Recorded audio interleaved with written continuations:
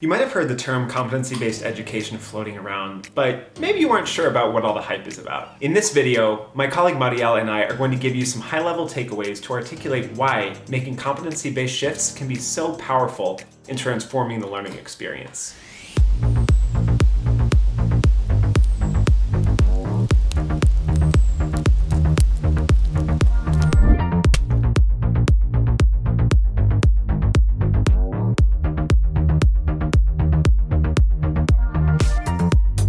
Hi, I'm Drew Shantz, Senior Design Principal with the Education Elements team. And I'm Marielle Hernandez, Design Principal at Education Elements. This is the first video in our Student Competency series, and we're so excited you're here. Be sure to hit the subscribe button to get notified of the next episode.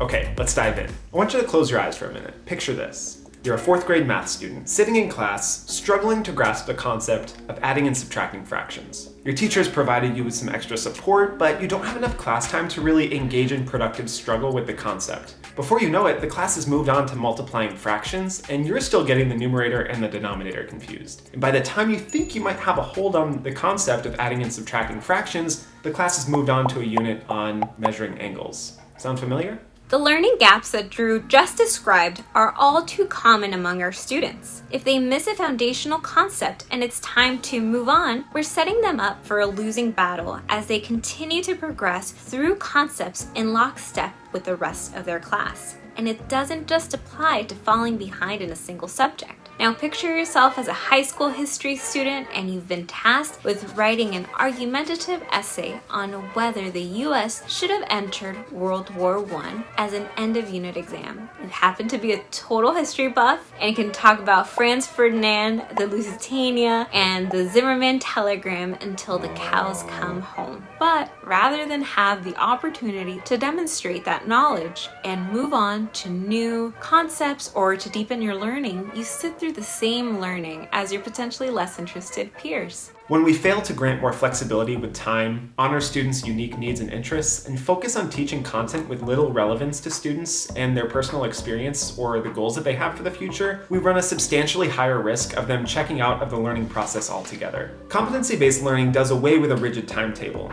in favor of a more fluid period of learning where students are able to progress at their own pace. This ensures that content mastery is the constant and time is the variable, not the other way around, as it is evident in a more traditional learning environment. And when students have mastered content and can show what they know, they can advance to new learning. This allows students to have more opportunities to channel their goals and interests into the learning experience, tap into their preferred learning styles, and not rely on arbitrary seat time requirements to be the determining factor of whether they've learned something or not. Our education system was designed, intentionally or not, to yield the results we see today in a traditional learning model. But the good news is that because they were designed, our systems can be redesigned. And in doing so, we can work to create a more equitable system that honors the unique talents, identities, and abilities of all students. A competency-based approach allows us as learning experience designers to make these shifts more purposefully and intentionally, elevating the student experience and being more responsive to their needs. Remember the 2 examples that we shared earlier? Think about how we might be able to flip the script if we first allowed those 2 students to progress at their own pace towards mastering content. And also consider how distilling the learning process down into its most important objectives